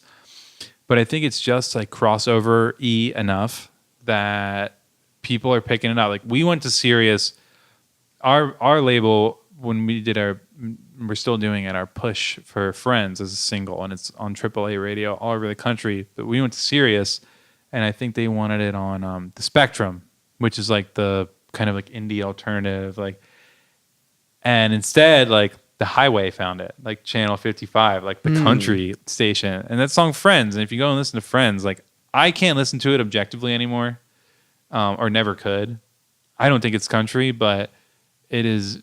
It's just there enough that like it's being played next to like Keith Urban, but then it's also on WTMD, like getting played next to like Arcade Indie Fire. rock stuff. Yeah. Why can't it, obviously this is easy to say, like why can't it just be both? We look at other artists who do these crossover appeal where they're on pop radio and they're on pop country radio, the whole nine. To me, it would make sense to make a push for a band like you guys to go the country route, because it seems like most of the bands following your trajectory with your similar sound are gonna go more of the like indie alternative, whatever we want to call that, Americana kind of. The Mumford and Sons, what's the band I'm thinking of? What's the other one? The two Wilco brothers. comes to mind for me, or Avett Avett Brothers. Yeah, Avett Brothers. Yeah. So like, I think there are a lot of bands currently, because of the popularity of bands of the Lumineers. There's a lot of those bands. There's not a lot of those bands, I feel, that are then kind of pivoting and going the country route. And that almost seems like, whoa, there's this highway that's open, where I'm not just a solo artist, I have a band, which kind of feels different in the more popular country world. And that almost feels like, hey, we have this like clear trajectory to be a band. We're not Blake Shelton, and we're not Kenny Chesney, and we're not, It's like hipster country. yeah, it's like it's cool to be in a band and play country music. Well, what's that band? The band Eli. I'm just thinking of anyone who's a band in those. No, there's just Sugarland, Midland or something. There's this new band that's like totally country, but like for some reason they appeal to hipsters, and it's like a big like hipsters are into it for some reason. But I don't know, man. I mean, like Florida Georgia Line. They're like doing They're stuff pop, like on a top pop of it. crossover. Yeah, but I mean, to be honest, I'm just like writing music. I wasn't like Right. trying to do anything. So like whatever people want to interpret it as. At the end of the day, like Taylor Swift like crossed over with some of her songs. Like now it's strictly pop. She doesn't get on the country stations anymore, but her songs that were country were getting played on the pop station. Like that song, Body Like a Back Road, like Sam Hunt, that was on the, but the people that are going to be at his shows are probably going to be like country fans, you know, because that's where he's getting played the most, and that's where he started, and that's where his other songs that aren't going to cross over are going to play. I don't think like people with like cowboy hats and stuff are going to show up at our shows. I mean, those aren't most country fans, but With having a team, do they ever say things like, "Hey, we want you to maybe play the part a little bit. We want you to pivot towards this. We want you to wear it's not that certain clothes to appeal to an audience." No, we're not that. We're not like a pop band. I mean, we like play like catchy stuff, but no one's like trying. We're not Polish you we're a not certain boy way. band. Yeah, so Right, like of it course. kind of stops there. And I think the main thing is when you push a song to radio and a label along with a promotion. Usually, how it's done is they hire a promotion company that does just that. And you pick your format. You start out somewhere. If you're not like a major, if you're not Taylor Swift, you don't go right to top 40. So we start with AAA. So like AAA is saying like you're going to be doing like indie alternative stuff, and you're going like right there. We're not choosing to go to country, but some places have started playing our tunes, like country stations. But I think that's where you start. You can't just like, we're not trying to be anything, you know. We're just trying to write good music. And I think it's right? cool. Let the market come to you, maybe, and then Yeah. kind of see how it shakes out. And it's not like, I don't know, like people listening like might have a different idea or like not understand what we're talking about because they're used to listening to a certain type of music. But there is a lot of, when you want to play music like us, when you sign with the label and everything, there is some branding that goes into it, and there is talk of how you dress, and people when you have a publishing deal, people want to spruce up your songs. Sometimes you sit down with someone and they're like, well, you should do this and this to make it sound better. So there isn't total creative like freedom. I mean, you can go that route, but I think expect to like and be open to like working with other people. A lot of people think like, man, I'm never gonna like sell out and all this stuff. It's like, well, we're not selling out. You're just like presenting a very like polishing it, polished thing. And like when you start getting into that, it doesn't really like bum you out like you think it is. You're like, oh man, this is great, and this person is trying to help me and like make this thing huge. Because the thing is, once you have that like hit record and you make that like certain amount of money for the label and everything, then you're gonna be able to go and do whatever you want. And like that, like the Kings of Leon are like a good example. Like they started doing like their first album was great, and then their next album was totally different. And people were like freaked out about that. And I thought that record was gonna like tank, and then they got even bigger because people were like, dude, this is crazy and a totally different sound. So I don't know, like I'm trying to like get to that level and then be able to do, you know, go in any direction. I like the thought of Matt Halpern having a stylist preparing him for some show. That's why he's been quiet this whole episode. He has I actually wanted to give him a little credit to go back a bit. In watching Matt, for me, was actually a great model, a great example of someone who was great in a different arena, in a different situation. So Matt and I went to, as we talk about with Nata Tattoo, where we met them was at Health Expo East. It's like the natural products, and it's a lot of food, progressive companies, and then a lot of other natural products as well, like the tattoo care products that Nata Tattoo makes. And what was awesome about that for me, I'm very comfortable connecting to people, but it's different to connect with people and have an agenda. And Matt was really, really great at having the pitch down of, here's who we are, this is what we do at the podcast, and here's why we think it would be great to partner with you all, whoever the company was, said company. It'd be great to work with you all and have you guys come on as sponsors for the podcast.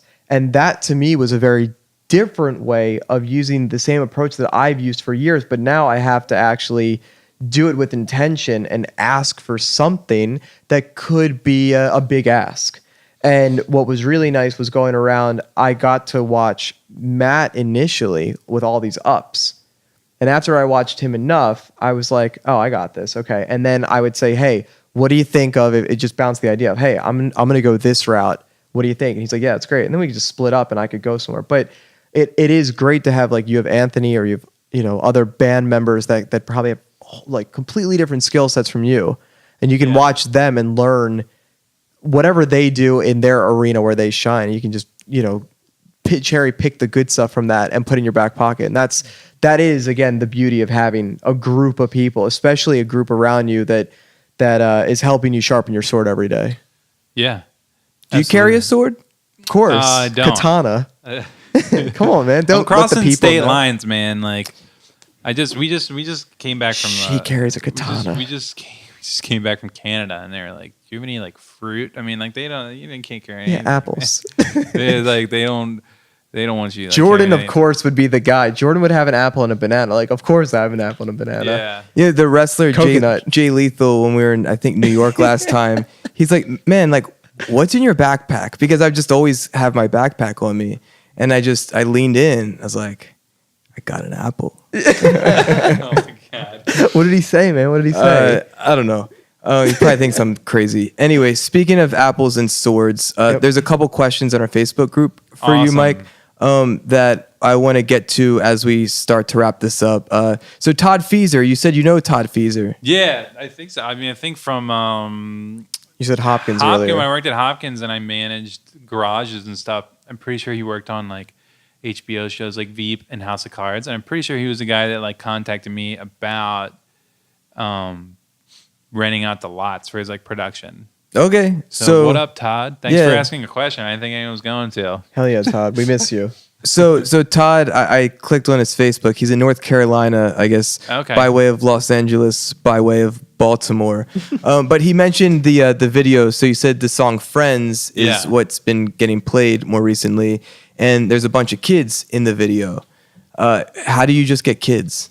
So my bass player Anthony just kind of stepped in. We needed like a second music video.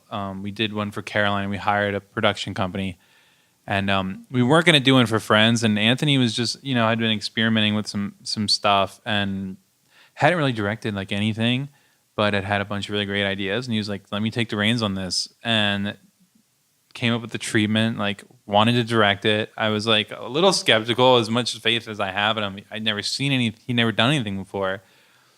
And he's like, "Dude, I'll handle it." And he like went out, he found a choreographer. She was based in Canada, Amy Gardner, I think is her name. And she had a bunch of kids that she worked with. And she picked 5 for them from Canada. And one of the boys, Xavier, is from New Jersey, who wasn't part of like the group, but they all like bonded immediately. And they all came down here, and she wrote, and they went and location scouted, and Anthony told her like kind of what he wanted, and then she went and wrote all the choreographed all the dance moves, and like the kids are like perfect. I mean, you've seen the video. Go look up the Friends video. We'll post it for everybody to see. It's just 5 kids in the woods dancing. The band is not in the video. It's great. I think don't that want to did I be in the see video anyway. Did I see there was a video with the kids talking about like an interview style video? The kids of were as well? all like, so it's like all those kids for the most part had like more. We're talking about Instagram. Like the one girl Bella who like starts the video, she's got like 50,000 more Instagram followers than us. She's and so she's like, We're like, hey, do you she's mind? like 11 years old, and she's like posting videos to her fans, and they're all like the sweetest kids. But yeah, there's a bunch of behind the scenes stuff. Did you ask her to promote you? I think she posted the video. I'm like, sure hey. because she promoted it. She's promoting herself, and she looks amazing. You get and, a selfie with her? She got really famous. We took pictures with everybody. So on this next tour, you can like have the answers. Well, no, I'm saying the next tour you gotta can really leverage this, like man. you can hit like all the indie rock clubs, all these like honky tonks, then and all the middle schools in between. Sophie, you said Sophie. Yeah, we're gonna be Sophie is that what you said? No, Bella. Oh, Bella. Where did I get Sophie from? Bella.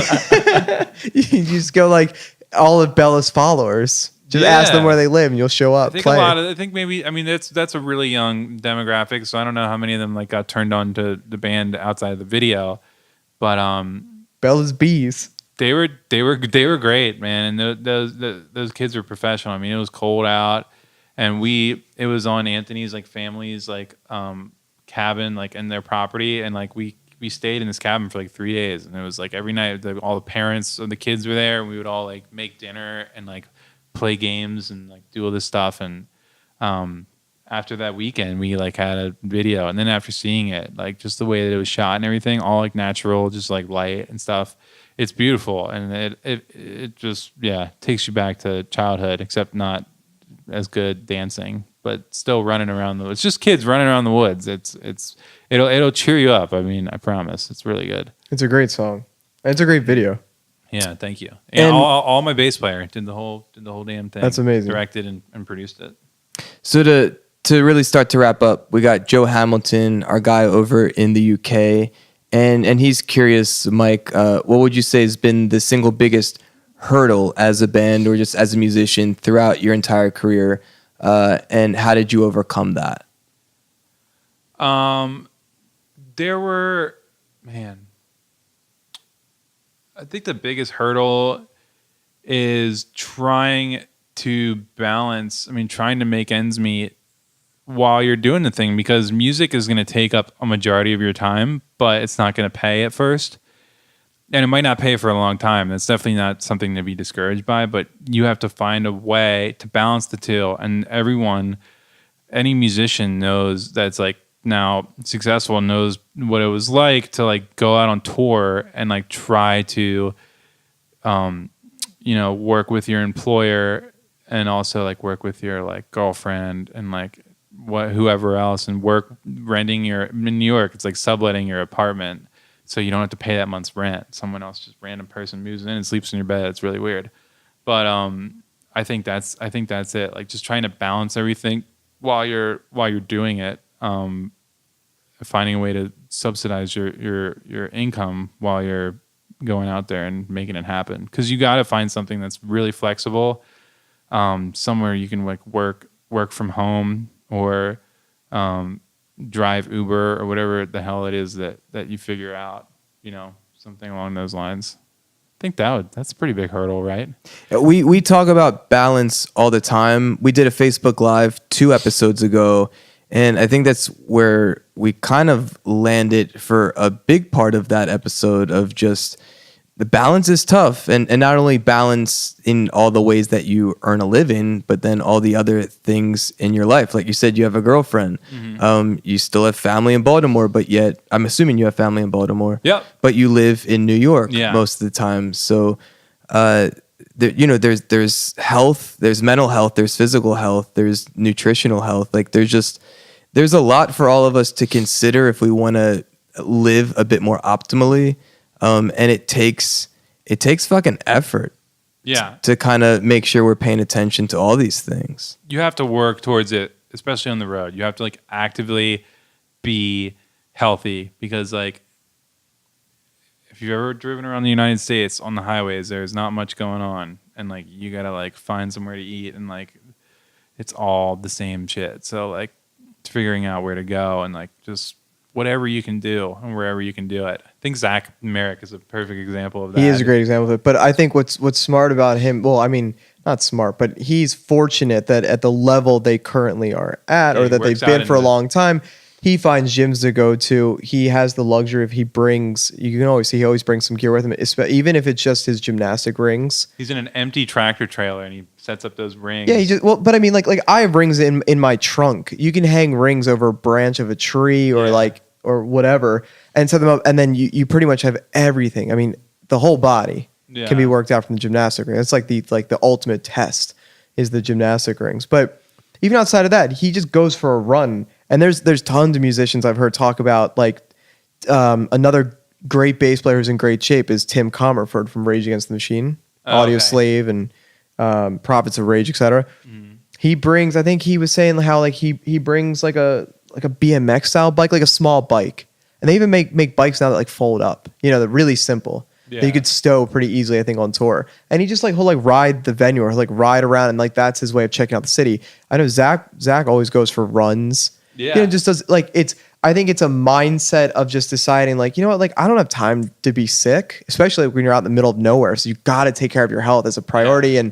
And that's like, as Jordan was saying, there's levels to that game, and there's different categories to that game as well. And so you really but I mean, at the level even that you're at, without having maybe a full rider where you can ask for all the most healthy foods, whatever else, you could still hit up companies and try to get some people to back you and be like, hey, I'm trying to be healthy on the road. Can you help me out? I'm sure there would be a couple of, companies out there that would be more than willing to support you while you're on the road to try to keep you healthy. Yeah, get a Panera to sponsor you. It's like the one place that's it's almost everywhere. It's a franchise that you can get a salad. It seems like on the road. Like we hit Panera and Chipotle just because it seems like it's the most fresh. Who knows where it's all from, but Chipotle, seems like you can actually talk about Chipotle about being fresh and local, because they do have I forget what the deal was, but I know that they have a certain distance that is where they won't go outside these certain distances of where they'll actually source their ingredients from. And speaking of musician, I was thinking California, I don't know where, but I always think about this in Chipotle. Jason Mraz, another singer-songwriter who's great. He owns an avocado farm, and he supplies the avocados for some of course this is true, right? He supplies some of the avocados for some of the Chipotles in his general vicinity. That's incredible. And so at least you can start to talk about they have like a moral compass, and they have like some more ethics involved with the company. You can get behind that, and you can get like an easy, healthy meal there. And then you get to the venue and you go for a run, or you go for hikes, like you were talking about. You just connect with your band. It can happen anywhere if you just decide to make it happen. Yeah. Jason Mraz, he also has a lot of hats. So you're going on tour soon. True. Speaking of touring, Yeah. the dates, I guess, are they? They're not announced. They are announced. We're headlining Music Hall Williamsburg in Brooklyn, which is where we're based, on April 21st, and then we'll be announcing a 6-week tour soon that starts right around the Music Hall Williamsburg show on April 21st, and then I think going to like early June, and we're going from East Coast to West Coast. Maybe Montana. Places we've never been. Like I think we're going to Montana. You're going to turn 30 on this tour. Yeah, I'm going to turn 30. You're going to have a birthday party. I'm going to have a party for sure. Probably in the van while we're driving. I'll probably pop a bottle. Are you like a donut, cupcake, cake? What popsicle? What kind of guy are you? Man, I really don't Pie. like cake that much. Maybe like a cheesecake. Something. So if you're gonna come out honestly, and see assuming- Mike, keep your eyes posted on that animalyears.com. Is that where it is? Animalyearsmusic.com, Animal Years Music on Instagram. Yeah, so keep your eyes peeled for these dates when they come out, and please bring our friend over here a nice cheesecake. Yeah, May 29th is my birthday, so but I'll be celebrating the Anywhere on entire the tour, so, please bring Mike cheesecake. Yeah, come say hi. For sure. Cool, man. Anything else you want to get off your chest? Yo, you said you and your girlfriend, you check out these videos. Oh yeah. Oh no. So- School of Life. You guys were talking about like self-improvement and all this stuff, and there's this YouTube channel that we recently discovered, which has all these videos from this psychiatrist, and we'll figure out the name. But it's him talking, and they're usually 3 or 4 minutes about a subject, and they're animated. And they talk about like all these different things in life, like why do we get angry at people that we love, and like why it's weird topics like why are boys mean to girls that they like, and it's like all these different things, and they're just really easy to digest and understand, and it helps. It just looking at these little things, they've been like helping me like understand people more and coming to understand why people are acting a certain way, and like realizing that people are not necessarily trying to be malicious nearly as much as you think, and basically at all. They're just upset, and they don't know how to like process their emotions. And we're all the same way, and they just teach you about how to like come at situations in a different way. So if you want to go on, I don't promote it or get any money from it. It's just cool. The School of Life on YouTube. It's worth watching. I haven't looked at a video. I just pulled up the website very quickly, and I think even beyond just getting the value from the individual videos, it seems like you could get a nice masterclass in just marketing and being able to connect messages with audiences. Yeah. This fact that it's short videos, they're animated, and I'm sure a lot of this stuff is a bit headier, maybe a bit intimidating or drier for like the average person, but there's always creative, unique, impactful ways to connect whatever message with an audience. So I'd imagine me kind of checking out some of the content, I would probably find inspiration not only in the actual content, but how it's produced and delivered.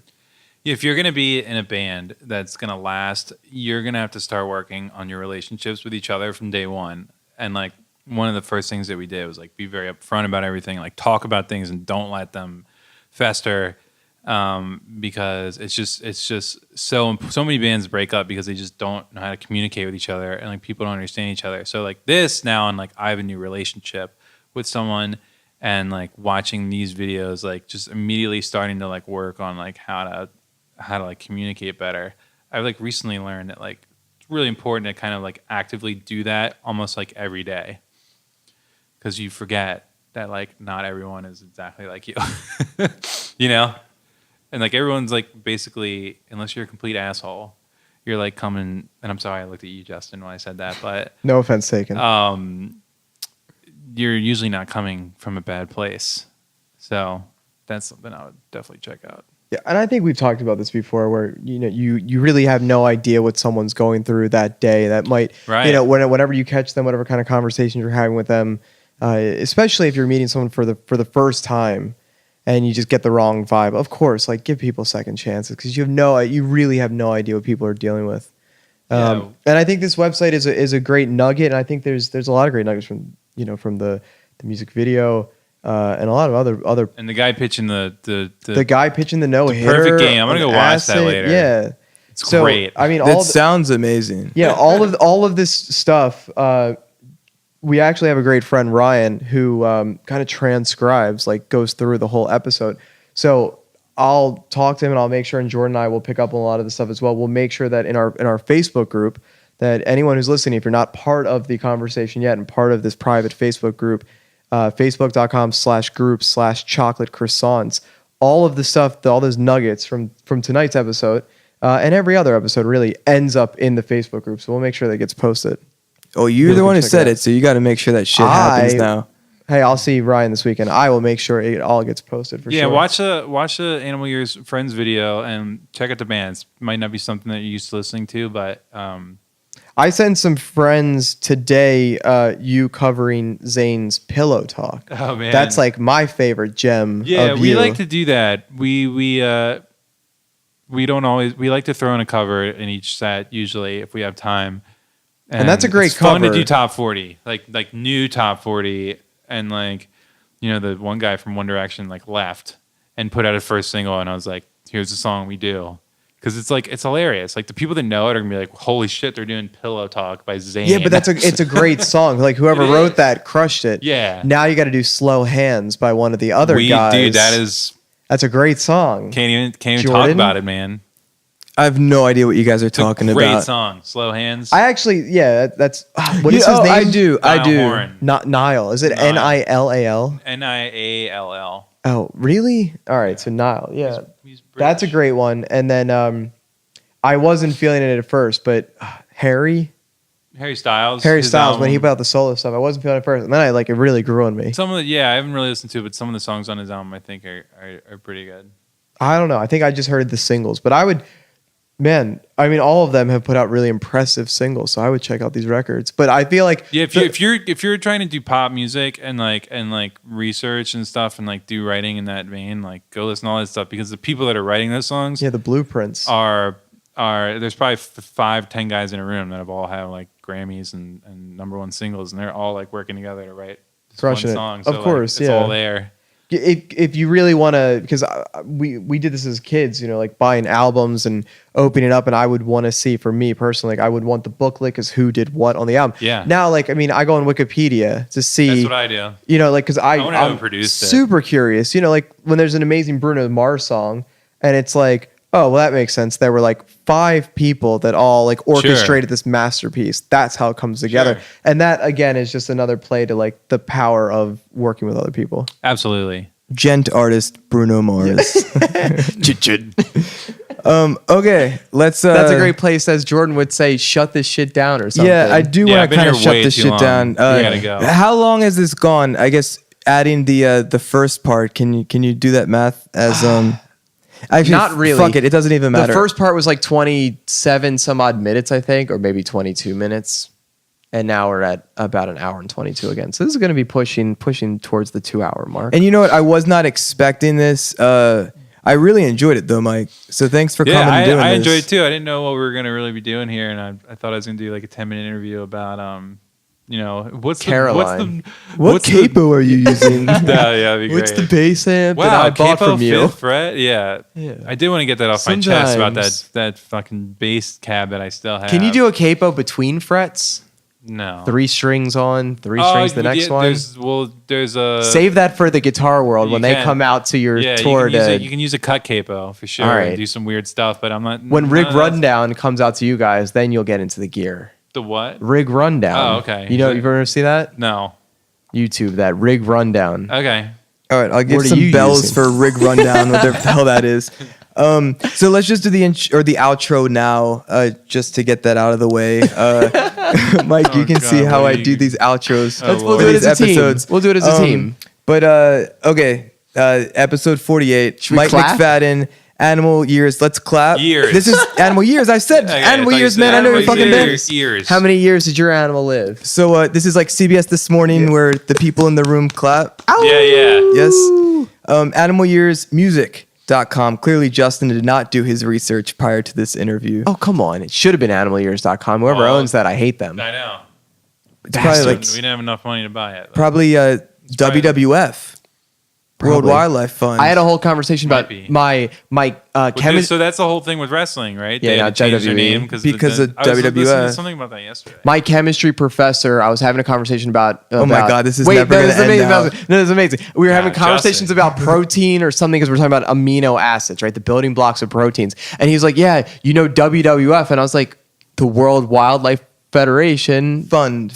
rather." And he was like, "No." I was like, "You mean like World Wrestling Federation?" He was like, "Yeah, like those guys, how big they are." I was like, "Oh man!" And so it was amazing. I was so not ready for that. You know, to throw back, when I mentioned Jay Lethal's name, and you know, he's just a wrestler. He's competing for a world title at the pay-per-view next week. And for me, it's just, that's his name. But then as we went into the next thing, I was like, fuck, that's a MySpace name. Right? That's like Mikey Danger, Davey Suicide, Oh, yeah. Jay Lethal. Mikey Yeah. Big Cat. Anyway, I gotta do something. we're going to thank Nata Tattoo, our official sponsor this week. Hey, it's just Nata Tattoo, the number 2.com. We don't need the dashes. Fuck the dashes. Should we spell it? NATATAT2.com. Correct. So natatattoo.com. 25% off anything in their web store. Use the checkout code chocolate25. Chocolate all caps followed by the numbers 25. Hey, in the Facebook group, facebook.com/group/chocolate croissants, we have a contest right now. Basically, just post pictures of your tattoos, give us the story, and we'll randomly pick a bunch of people to give free Nata Tattoo aftercare products for. How long is that running for? I don't know, a couple weeks. There's Okay. still time. Sounds good. So there is a thread. I kind of have it pinned to the top. Facebook has a new feature where it's not pinned anymore. It's called something else. But Yeah, I basically, saw that. That Nata Tattoo contest thread will be, I guess you don't say pinned anymore, but it's at the top. It was like polled or something. I don't know. Anyway, It's there. Show us your tattoo. Show us your story. Maybe we'll get some free product. So again, we thank Nata Tattoo for their support for the past, I guess, month or so more recently. Also, if you have a podcast app of choice, I'd encourage you to type in Chocolate Croissants in the search bar. Then there should be a subscribe button. If you do that, one, it helps us. Two, you don't have to think about getting our content every Monday morning. And when we upload it, if you are connected to Wi-Fi, it automatically downloads to your phone, and that means you don't have to use data when you're taking that commute to work the next morning or in the gym, or wherever you may be in public listening to Chocolate Croissants. Justin has his finger up. We also have a new YouTube channel. Oh, fuck. Do you know the URL? Animalyears.com? There is no URL yet. You don't get a URL until you get an X amount of a certain number of subscribers. Not sure what the number is. So how can someone subscribe then? So what I want you to do is when you're playing on your computer and you're going down one of those YouTube rabbit holes, I just want you to simply put in that search bar Chocolate Croissants podcast. I think it's the second thing that comes up. So you'll see episode one is at least uploaded. So I guess if you click that thumbs up, no, that's a like. That's a like. Is there a subscribe button on There YouTube? is a subscribe button. Yeah, we did make an account. It is all linked and registered to all of the Chocolate Croissants, the website and the socials, the whole nine. But we do need people to go on there. You can share the episode with a friend. It was remixed and remastered by our good friend Joe Hamilton. So that's awesome if you want to listen to it again with a fresh mix and some new ears, or some fresh ears rather. So point being, but yeah, we're on please go YouTube on there now. and subscribe. We need that. Wait, is this still going on? It's still going on. I just spaced out. I'm back. It's What's up? still going on. We're talking about the YouTube. Okay, cool. Yeah. So after Awesome. you watch some Animal Years on YouTube, you can check out episode 1 and maybe we're gonna end this with Mike. What do you have to say? Thank you guys for having me. This is fun. yeah, man. We'll have you back. Yeah, and if anyone has any Come see me on the road and bring that cheesecake. Yeah, but if anyone, I don't know what you guys post, or if you post on the thing and you have a question, just you tag me or whatever. I'll be on there. Are you in the Facebook group? I am. he did. He liked and I tagged him in the post. And you can either ask more questions on that post or we'll put up a new one for you. Cool. Awesome. Yeah, and then if you want to connect with Mike directly, he's there. He's there for you guys. Yeah, here's my phone number. Right. 448. So this is now the end of episode 48. The 1 year anniversary is coming up. We have no idea what next week is. 50 is coming up. That's a big milestone. We're also about to hit 100,000 downloads. Wow. Yeah, on the That's a on the thing. page. That's a thing. Yeah. I think we're gonna do a thing for that. Shout out to Rode mics, the mics that we're currently using. We actually have some really cool pieces that maybe we'll give one away to somebody for the big Jesus, moment. dude, you're like saying shit, and you're gonna have to follow up on that. I But got I think it. that is a good idea. Okay, episode 48. Let's bring this to a close. Mike, thanks again. Everyone, you guys. You're very welcome. You were wonderful, by the way, too. Everyone still listening to the bitter end of this shit. We're very grateful for your attention. It is very much appreciated, and we don't take that lightly. So much love to you. Hope you have a great week. We'll see you in the Facebook group, and we will see you back here next week for episode 49. Until then, here's a couple of jingle bells and.